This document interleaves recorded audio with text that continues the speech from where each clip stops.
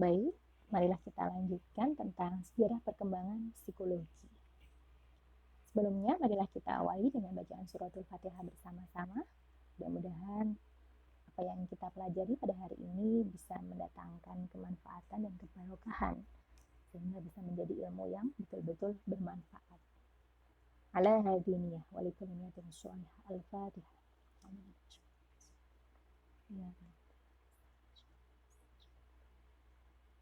Bagaimana kabarnya? Semuanya sehat? Mudah-mudahan semuanya dalam kondisi baik, begitu ya. Baik, kita lanjutkan tentang sejarah perkembangan psikologi. Kita tahu bahwasanya setiap ilmu itu ada fase atau ilmu pengetahuan itu senantiasa bergerak dinamis, begitu ya. Dan di sini kita membahas bahwasanya sebelum menjadi disiplin keilmuan mandiri, ternyata sebelumnya psikologi ada tahapan-tahapannya atau fase-fase perkembangannya. Ya. Kita bisa melihatnya, ada psikologi menjadi bagian dari filsafat ya pada masa Yunani kuno sampai Renaissance, dan psikologi menjadi bagian fisiologi atau di bawah ilmu faal di pasca Renaissance, dan sejak 1879 psikologi menjadi disiplin ilmu yang berdiri sendiri.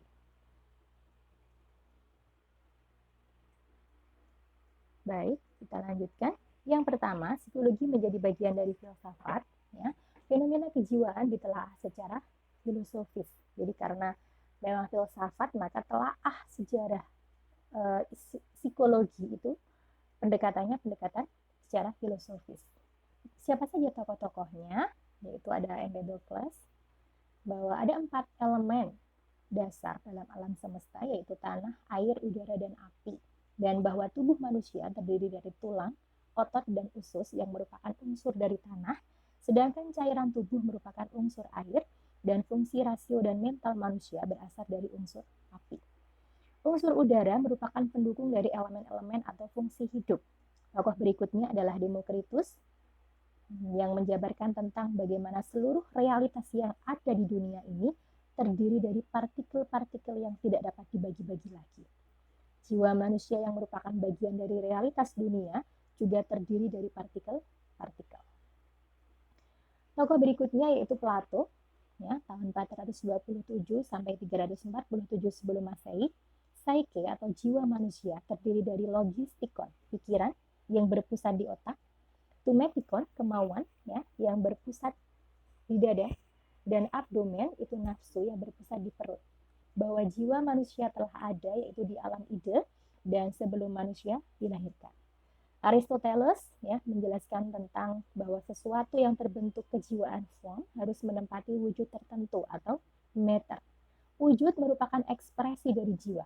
Dan taraf hidup terdiri dari 3 tingkatan, yaitu anima vegetativa, ya taraf hidup yang ada pada tumbuh-tumbuhan, anima sensitiva, taraf hidup yang terdapat pada hewan, anima intelektiva, taraf hidup yang terdapat pada manusia. Jadi yang tingkatan tertinggi yaitu anima intelektiva, yaitu pada manusia. Ada tokoh lain yaitu Santo Thomas Aquinas. Jiwa adalah bentuk yang meliputi materi yaitu badan. Jiwa menjalankan aktivitas melebihi raga yaitu aktivitas rohani, karena jiwa bersifat rohani, maka setelah manusia mati jiwanya tetap hidup. Ada juga tokoh John Locke tentang teori tabula rasa, bahwasanya pada saat baru dilahirkan jiwa manusia itu dalam keadaan kosong dan pengalamanlah yang akan mengisi kekosongan tersebut.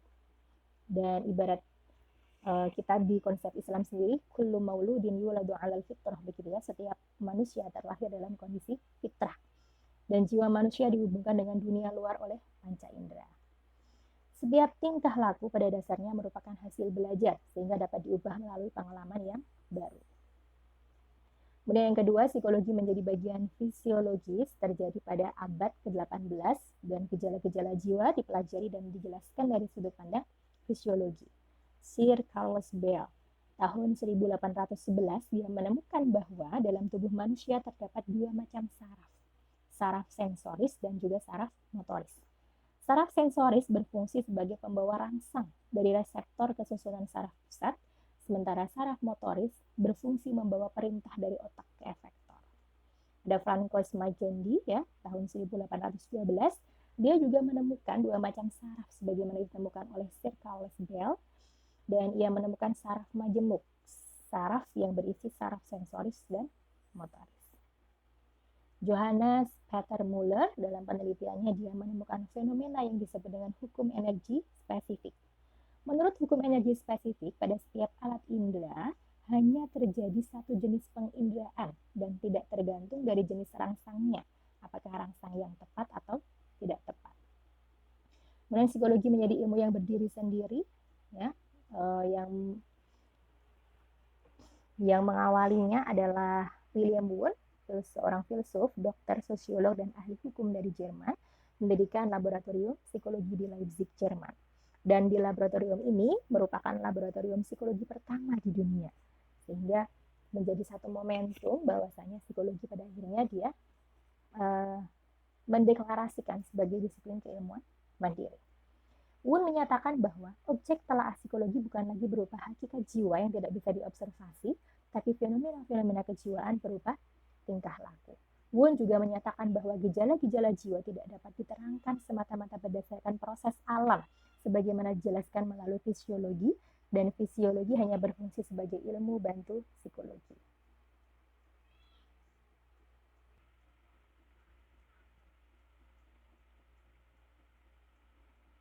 Ya, baik, kita lanjutkan.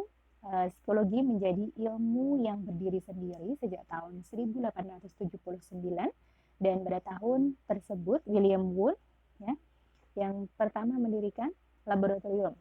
Ya. Wundt juga menyatakan bahwa gejala-gejala jiwa tidak dapat diterangkan semata-mata berdasarkan proses alam sebagaimana dijelaskan melalui fisiologi, dan fisiologi hanya berfungsi sebagai ilmu bantu untuk menjelaskan psikologi. Ya. Kemudian gejala-gejala jiwa diteliti oleh Wundt. Ya. Ini bisa kita lihat bahwasanya dengan menggunakan metode eksperimen. Eksperimen dilakukan dengan teknik tertentu dan faktor subjek tidak dapat diabaikan. Untuk itu Wundt menggunakan teknik introspeksi. Ya. Introspeksi adalah bagaimana memahami ya atau kajian mendalami tentang bagaimana refleksi terhadap diri sendiri. Hasil-hasil penelitian Wundt dipublikasikan dalam bentuk buku, dan sejak itu psikologi diakui sebagai suatu disiplin ilmu dan kemudian mengalami perkembangan yang pesat yang ditandai dengan munculnya berbagai aliran dan juga cabang psikologi. Manfaat mempelajari psikologi ya, diantaranya adalah bisa bermanfaat untuk diri sendiri, ya, berusaha memahami perilaku manusia, baik diri sendiri, kemudian berusaha memahami perilaku manusia, orang lain, memperlakukan manusia dengan sebaik-baiknya, dan harapannya adalah adjustment atau berhasil dalam penyesuaian. Fungsi psikologi. Ya, fungsi psikologi ada fungsi deskriptif, yaitu bagaimana fungsi psikologi dalam menggambarkan objek formalnya secara lengkap, benar dan jelas, dan fungsi prediktif, yaitu fungsi psikologi dalam membuat perkiraan yang dapat terjadi di kemudian hari berkenaan dengan perilaku manusia. Dan fungsi pengendalian, yaitu psikologi untuk mengarahkan perilaku-perilaku manusia pada hal-hal yang diharapkan dan menghindari hal-hal yang tidak diharapkan. Jadi dari contoh fungsi deskriptif adalah menggambarkan bagaimana seseorang itu dalam hal melakukan sesuatu punya motivasi-motivasi tertentu. Jadi penggambaran motivasinya apa. Fungsi prediktif ya, perkiraan. Ada bentuk perkiraan begitu ya. Ada ketika setiap tugas perkembangan anak itu di rentang usia sekian-sekian, perkiraannya, prediktifnya adalah maka di usia itu ya tahapan-tahapan perkembangan yang harus dia lalui sesuai dengan task development atau tugas perkembangannya apa. Kemudian di fungsi pengendalian sendiri, jadi semisal ketika ada satu masalah di masyarakat terkait problem psikologi begitu ya, bagaimana kemudian fungsi pengendalian ini ya mampu diarahkan untuk mengarahkan perilaku-perilaku manusia pada sesuatu hal yang diharapkan. Misal ketika ingin mengharapkan anak ataupun dalam hal pendidikan pembiasaan, karena perilaku terbentuk karena 3 hal, bisa karena insight, ya, yaitu pemahaman, pembelajaran, bisa karena conditioning, yaitu kebiasaan, dan juga karena modeling. Jadi ketiga proses pembentukan perilaku, ketiga hal ini bisa disesuaikan dengan kondisi problem masyarakat apa. Kalau semisal dalam hal sifatnya PHBS ya, perilaku hidup bersih dan sehat, maka bagaimana kemudian pendekatan apa yang paling tepat yang diharapkan ketika anak dari kecil dia dibiasakan untuk hal-hal yang sifatnya itu menjaga kebersihan, perilaku-perilaku ketika dia membuang sampah tidak sembarangan, menjaga pola makan, nutrisi gizi seimbang. Harapannya adalah ya ketika dia nanti besar dewasa begitu ya, maka terbentuk sehat, baik itu sehat secara fisik ya, biologis dan juga psikologisnya atau sehat mentalnya. Itu adalah sifat fungsi psikologis sebagai fungsi pengendalian. Tadi sudah kita bahas tentang klasifikasi psikologi ya. Oke. Baik, untuk penjelasan di kesempatan hari ini seperti itu. Mudah-mudahan bermanfaat. Kita tutup dengan bacaan hamdalah bersama-sama. Alhamdulillahirabbil alamin. Terima kasih atas perhatiannya. Khairul kalam. Wassalamualaikum warahmatullahi wabarakatuh.